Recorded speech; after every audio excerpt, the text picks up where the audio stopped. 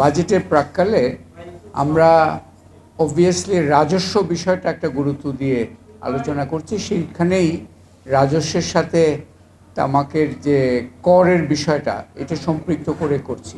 বাংলাদেশ 2003 সালে বিশ্ব স্বাস্থ্য সংস্থার জেনারেল অ্যাসেম্বলিতে ওয়ান অফ দি কি কান্ট্রি যারা এই তামাক নিয়ন্ত্রণটা বৈশ্বিক নীতির একটা অন্যতম বিষয় হিসেবে সামনে নিয়ে এসেছিল 2003 সালে।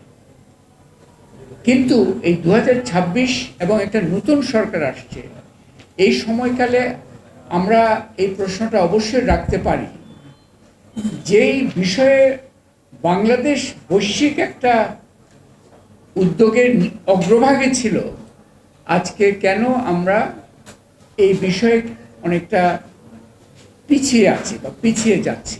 কিন্তু মূল্যস্ফীতির অন্যান্য ক্ষেত্রে যেটা হয়েছে, সে একইভাবে কিন্তু তামাকের উপরে ট্যাক্সটা ইম্পোজ হয় না।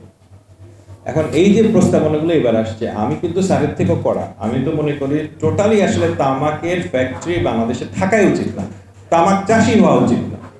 বাংলাদেশে তামাক চাষ কেন হবে?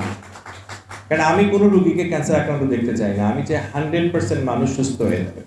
এই সুযোগটা আমি নিতে চাই, এবং সেই জন্য এই সুযোগে আপাতত যে প্রস্তাবনা দিয়েছে এটা কিন্তু খুবই যৌক্তিক, যে দুটাকে এক করে দেয়া, এই জিনিসগুলা এবার অবশ্যই করা দরকার।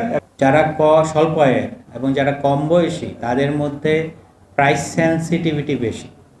সহজ ভাষায় বলতে গেলে তারা দামের বাড়লে কনজাম্পশন কমায়, স্টাডি তাই বলে। যে 20 টাকার সিগারেট খায় তাকে যদি 25 টাকা করি, সে কনজাম্পশন কমাবে না। সো যে আমি যদি পাবলিক হেলথ ইম্প্যাক্টটা দেখতে চাই, নিম্ন স্তরে বাড়াইতে হবে, এটা একটা দিক। দ্বিতীয়ত, এই গরিব লোকটা যদি আপনি ভেবে বলেন এই গরিব লোকটা খায় মাত্র একটা সিগারেট, ওখানে আপনারা হামলা করছেন, ব্যাপারটা এরকম না। কারণ এই লোকটা সিগারেট খেয়ে আকরাম স্যার যেটা বললো, তার 30% চান্স বেশি বা 100% চান্স বেশি ক্যান্সার হওয়ার।